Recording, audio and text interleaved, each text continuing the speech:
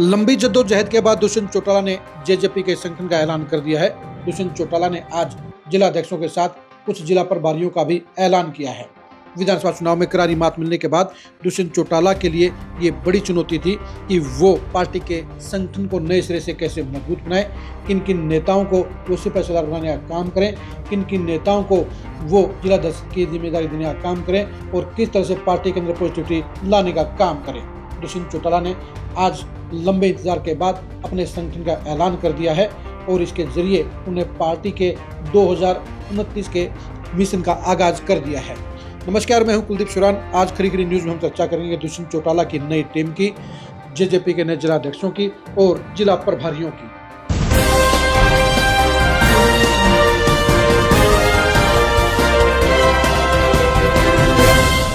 दुष्यंत चौटाला ने काफी जद्दोजहद और काफी माथापच्ची के बाद जिला अध्यक्षों का ऐलान किया है।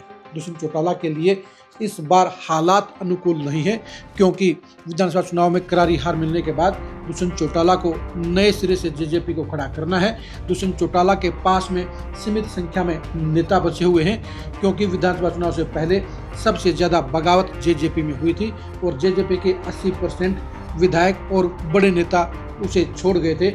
ऐसे में 2029 के लिए पार्टी को दोबारा से मजबूत हालात में लाना दुष्यंत चौटाला के लिए सबसे बड़ी चुनौती है, सबसे बड़ा चैलेंज है।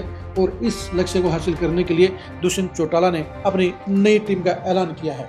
दुष्यंत चौटाला ने जहां 50% जिलों में पुराने जिला अध्यक्षों पर भरोसा जताया है, वहीं आधे जिलों में नए चेहरों पर जिला अध्यक्ष की जिम्मेदारी दी गई है। 7 जिलों में प्रभारी भी नियुक्त किए गए हैं। आइए हम आपको बताते हैं कौन से जिले में किसको क्या जिम्मेदारी दी गई है।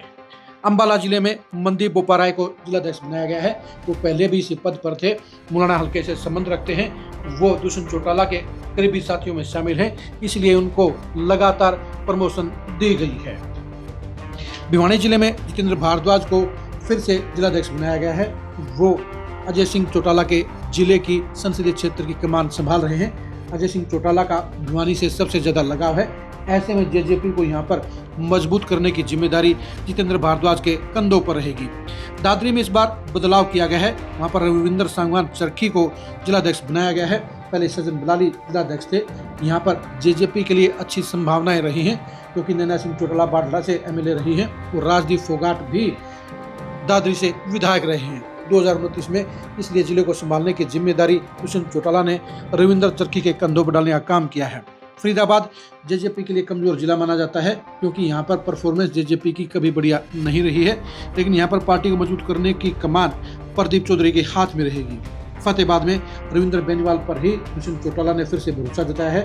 उनको लगता है कि रविंद्र बेनीवाल अपने कड़ी मेहनत के जरिए पार्टी को फतेहाबाद में पहले जैसी मजबूती दिलवाने का काम करेंगे। गुरुग्राम में अजय सिंह चौटाला के 30 साल से साथी सुरेंद्र ठाकरान के ऊपर दुष्यंत चौटाला ने भरोसा जताया है। उनको जिले की कमान सौंपी गई है।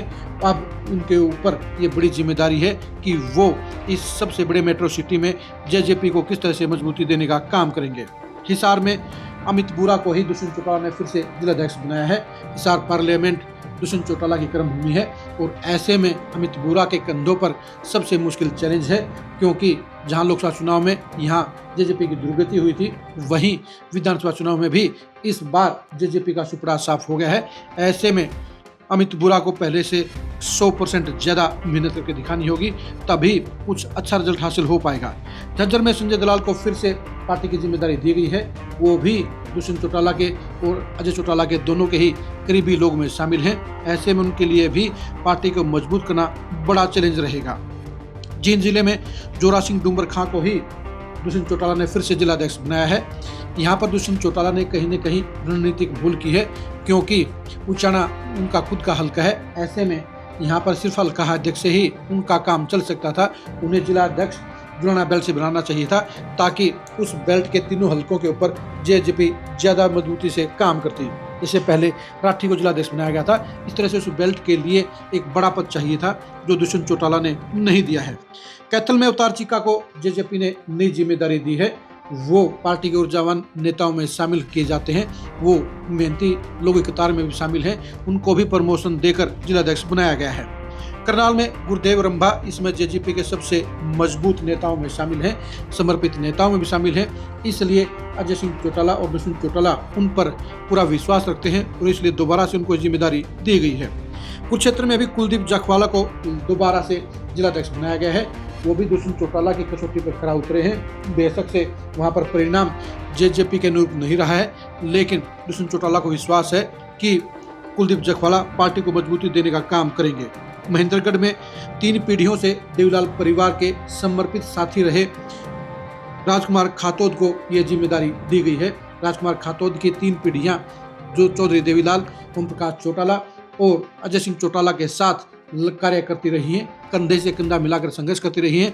और ऐसे में दुष्यंत चौटाला के साथ में राजकुमार खातोद की जोड़ी निश्चित तौर पर महेंद्रगढ़ में जेजेपी को पहले से ज्यादा मजबूती दिलाने का काम करेंगे।